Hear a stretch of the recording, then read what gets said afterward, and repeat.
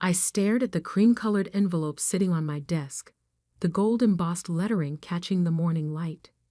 Annual Morrison Family Christmas Dinner, it read, followed by an address I knew all too well. 782 Oakwood Drive. The family estate where I'd spent countless holidays being reminded of my place in the hierarchy. My fingers traced the edge of the invitation. 3 years had passed since I'd attended their precious dinner. 3 years of building, planning, and waiting. Now holding this invitation felt different. This time, I wasn't the charity case cousin they'd all whispered about. I was the CEO of Walker Industries, and as of tomorrow morning, the new owner of Morrison Technologies. Though they didn't know that part yet. Ms. Walker? My assistant, Sarah's voice, came through the intercom. The final acquisition papers just arrived from legal. Send them in, I replied, sliding the invitation into my drawer.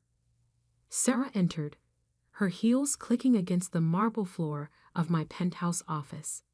She carried a thick folder marked confidential and wore the kind of smile that meant good news. Everything's in order, she said, placing the folder on my desk.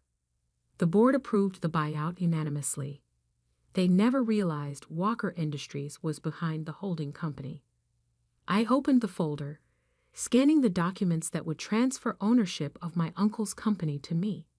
Uncle James, who'd laughed when I asked for a job after college. We need serious people here, Emma, he'd said, not dreamers living off family handouts. The memory still stung, but now it fueled me. Sarah, I said, signing the final page, clear my schedule for Christmas Day. I'll be attending a family dinner. She raised an eyebrow. The Morrisons? Are you sure? I smiled, remembering my cousin Blake's words from the last dinner I attended. When are you going to stop embarrassing the family and do something with your life? Oh, yes, I replied. It's time they learned what I've done with my life. The week before Christmas passed in a blur of meetings and preparations.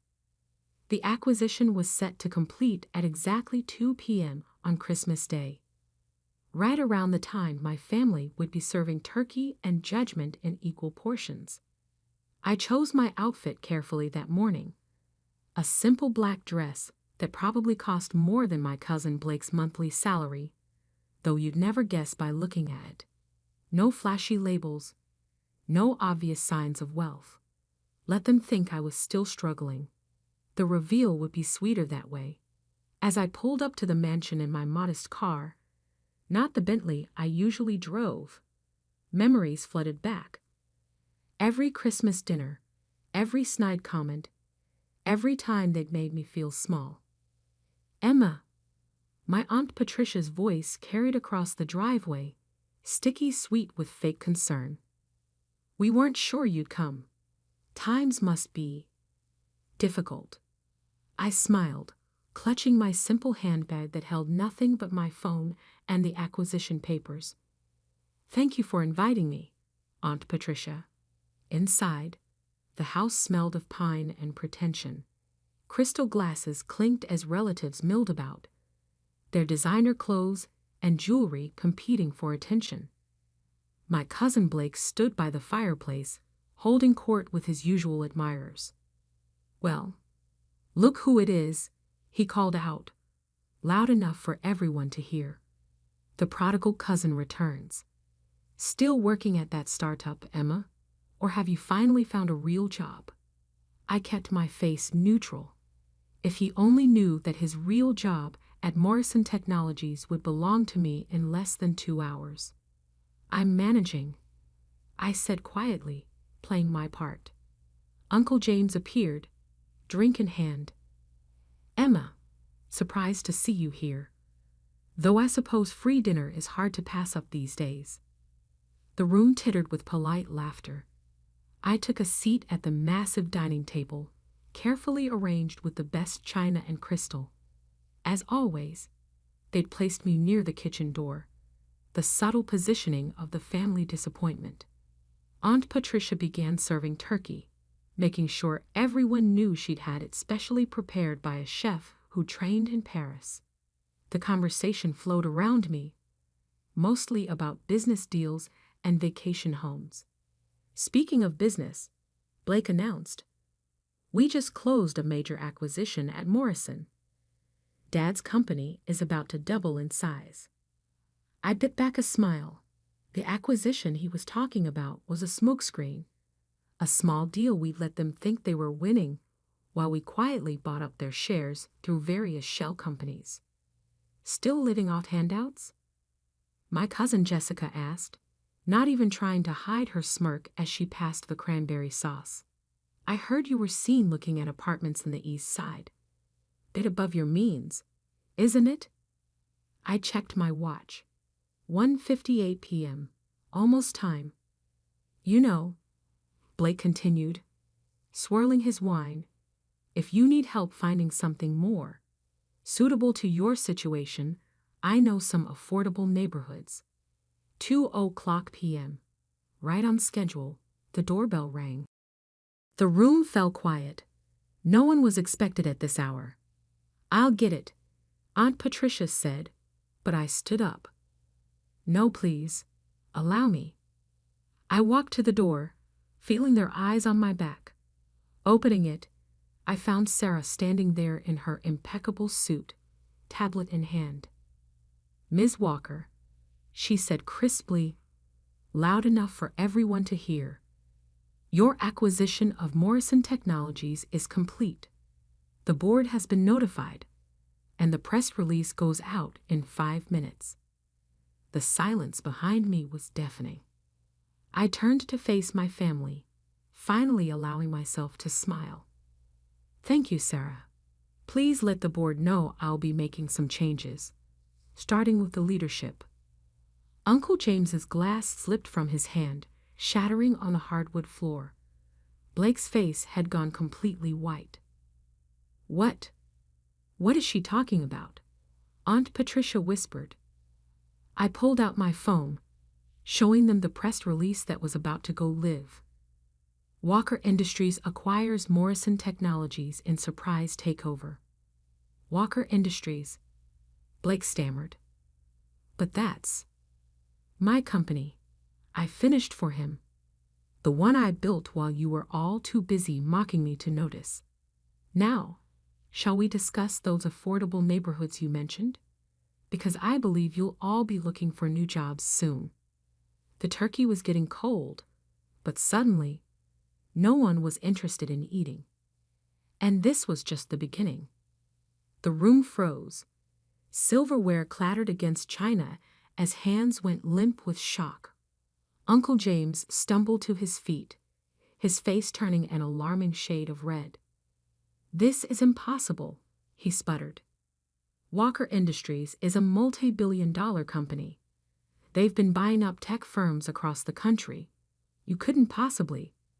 I pulled out the acquisition papers from my handbag, laying them carefully between the turkey and cranberry sauce. "Would you like to see the documentation, Uncle James? Or perhaps you prefer to check your email? The board should have notified you by now." As if on cue, phone started buzzing around the table.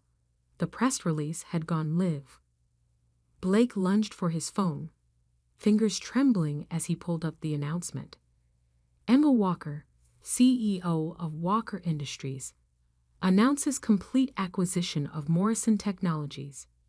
He read aloud, voice cracking. "This is some kind of joke. Like when you told the board I wasn't qualified for an entry-level position." I asked, maintaining eye contact. "No, cousin. This isn't a joke. This is business." Aunt Patricia gripped the back of her chair, knuckles white. But you were struggling. Living in that tiny apartment, driving that old car." I smiled, remembering all the times they'd commented on my modest lifestyle. "That apartment? It's one of 50 properties I own in the city. The car? A choice, not a necessity. You see, While you were all busy flaunting your wealth, I was building mine. Sarah stepped forward, tablet still in hand. Ms. Walker, the transition team is ready. Would you like me to begin implementing the leadership changes now? Uncle James slammed his hand on the table. Now wait just a minute. You can't just walk in here and... I can. I cut him off calmly. And I will. But first, let me share a story, since we're having such a lovely family dinner. I took my seat again, smoothing my dress. The power shift in the room was palpable. Every eye was fixed on me, including those of relatives who'd barely acknowledged my existence for years. 6 years ago, I came to you with a business proposal. I began, looking directly at Uncle James. A digital payment processing system that could revolutionize how small businesses handle transactions. You laughed me out of your office, said I was playing entrepreneur. Remember? He swallowed hard, but said nothing. So I took my proposal elsewhere. Built it myself. That system now handles over $50 billion in annual transactions. But that was just the beginning. I paused, taking a sip of water. While you were all busy mocking my startup, I was acquiring companies across 3 continents, always through holding companies, always quietly. Morrison Technologies was just the latest piece of the puzzle. Why? Blake's voice was barely a whisper. Why not tell us? I turned to him, remembering every snide comment, every deliberate exclusion, because you needed to learn something. All of you did. Success isn't about showing off. It's about substance, something this family seems to have forgotten. Sarah cleared her throat softly. The press is requesting comments, Ms. Walker, and the board members are asking about tomorrow's transition meeting. Tell them I'll issue a statement after dinner, I replied. Family comes first, after all. Isn't that right, Aunt Patricia? My aunt, who'd always insisted on family loyalty while treating me like an outsider, could only stare at her plate. Now, I continued, let's discuss the changes coming to Morrison Technologies. First, the leadership team will be restructured. Blake, your position as Vice President of Sales is being eliminated. Uncle James, you'll be stepping down as CEO, effective immediately. You can't do this. Uncle James found his voice again. The board has already approved everything. I finished for him. They were quite impressed with Walker Industries' track record. Unlike Morrison's recent performance, Jessica, who'd made the comment about handouts earlier, pushed her chair back. This is ridiculous. I'm calling our lawyers. Feel free, I smiled. They've already reviewed and approved the acquisition. But while you're at it, you might want to call a recruiter too. Your position is also being eliminated. The room erupted in chaos. Voices raised in protest, threats of lawsuits, pleads for reconsideration. I let it wash over me, remembering all the times I'd sat quietly while they belittled my dreams. Sarah stepped closer. Should I have security on standby? That won't be necessary, I replied, loud enough for everyone to hear. My family may have forgotten their manners, but I'm sure they can handle this professionally. Can't you? The silence that followed was deafening. Now, I stood, straightening my simple black dress. I believe there's dessert. Aunt Patricia always serves her famous apple pie at Christmas. Though I suspect it's not actually homemade, is it? The bakery on 5th Street does excellent work. Aunt Patricia's face flushed. Another carefully maintained illusion shattered. Before we continue, I pulled out a stack of envelopes from my bag. I have some documents for each of you. Severance packages, non-disclosure agreements, and terms for your departures. I'm being quite generous, more generous than you've ever been to me. You have until the end of dinner to decide. I began passing out the envelopes, watching as trembling hands opened them. The amounts inside were substantial. I wasn't interested in revenge, just reorganization. One more thing, I added, returning to my seat.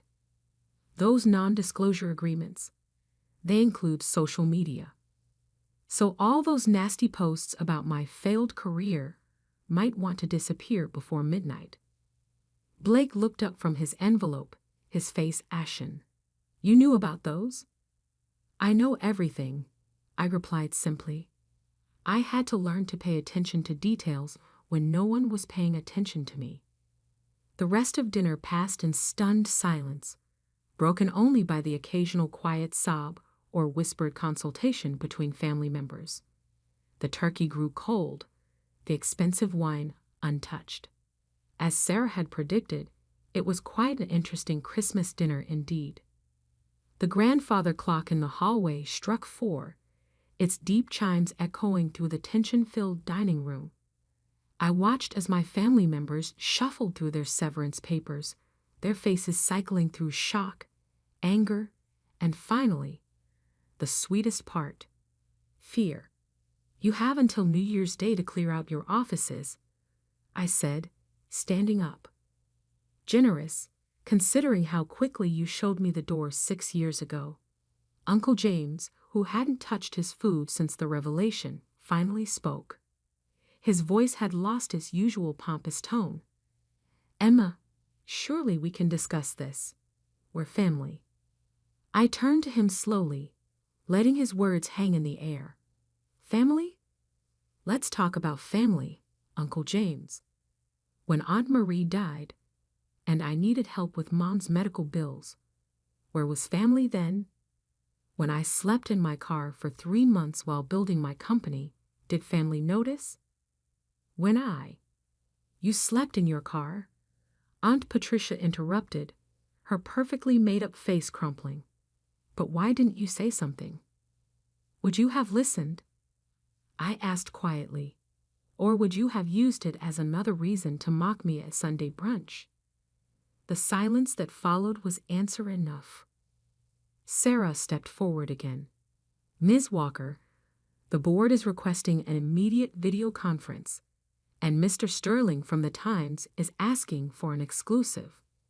I nodded, then turned back to my family. You'll find complete instructions in your packets. The transition team will assist you with the handover. Please don't make this more difficult than it needs to be. Blake, who had been uncharacteristically quiet, suddenly stood up. Wait. Just wait. He pulled out his phone, fingers trembling as he pulled up something. Is this why you were at the Thompson merger last month? In the background of this photo. That's you, isn't it? I glanced at the society page photo he'd found. Indeed, I was visible in the background, speaking with the CEO of one of the largest tech companies in the country. Yes, unlike some people, I prefer to do my work quietly. But you were wearing, he trailed off, staring at my simple black dress. A Channel couture gown worth more than your annual salary. I finished for him.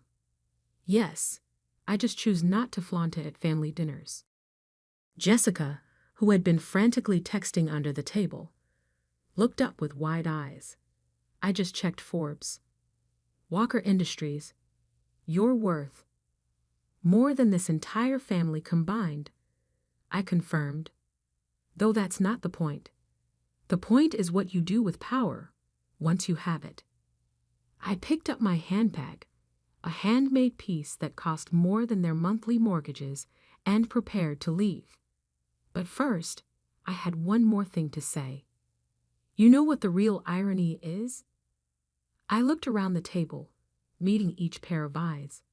If any of you had bothered to really see me, to listen when I came to you with ideas, you could have been part of this. Instead, you chose to judge, to mock, to exclude. That was your choice. Now I'm making mine. Aunt Patricia burst into tears. But what will people say? The scandal. People already know, I replied. They've known for years. I'm quite well known in business circles. You just never bothered to look beyond your own small world to notice. I turned to Sarah. Please ensure everyone signs their NDAs before leaving. And have security start changing the access codes tomorrow morning. Yes, Ms. Walker. And your dinner appointment? Keep it. I think I've lost my appetite here. As I walked toward the door, Uncle James called out one last time. Emma, please. Give me a chance to make this right. I paused, hand on the doorknob. You had 15 years of chances, Uncle James. Now it's my turn to run things. The drive home was quiet. Sarah sat in the passenger seat of my modest car, efficiently working through emails on her tablet. The press release has gone viral, she reported. Your family's social media accounts have all gone private in the last hour. I smiled slightly. Have there been any calls from them yet? 17. Mostly from Blake and your uncle. Should I continue blocking them? Yes, they can go through proper channels now, just like they always made me do.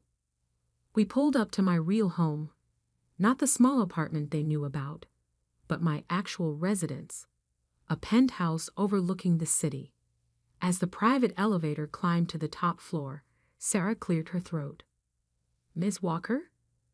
Was it worth the wait? Planning all this for so long? I thought about the years of careful preparation, of building my empire in silence, of watching and waiting for the perfect moment. You know what my grandmother used to say before she died, I replied, stepping into my expansive living room. Success is the best revenge, but timing is everything. I walked to the floor-to-ceiling windows, looking out over the city I now partially owned. Somewhere down there, my family was realizing that the person they dismissed for so long had become the one person they couldn't afford to ignore. Sarah, send flowers to the family tomorrow. White lilies, Aunt Patricia's favorite, include a card. What should it say? I smiled, remembering all the Christmas cards they'd sent over the years, always signed with false warmth and hidden barbs. Keep it simple. Just write, Merry Christmas. Looking forward to a productive new year. Best regards, your new CEO. Tomorrow, the real work would begin. The restructuring, the meetings, the press conferences. But tonight, I had given myself the one gift my family had never managed to give me. Respect. And that was worth more than all the Christmas dinners in the world.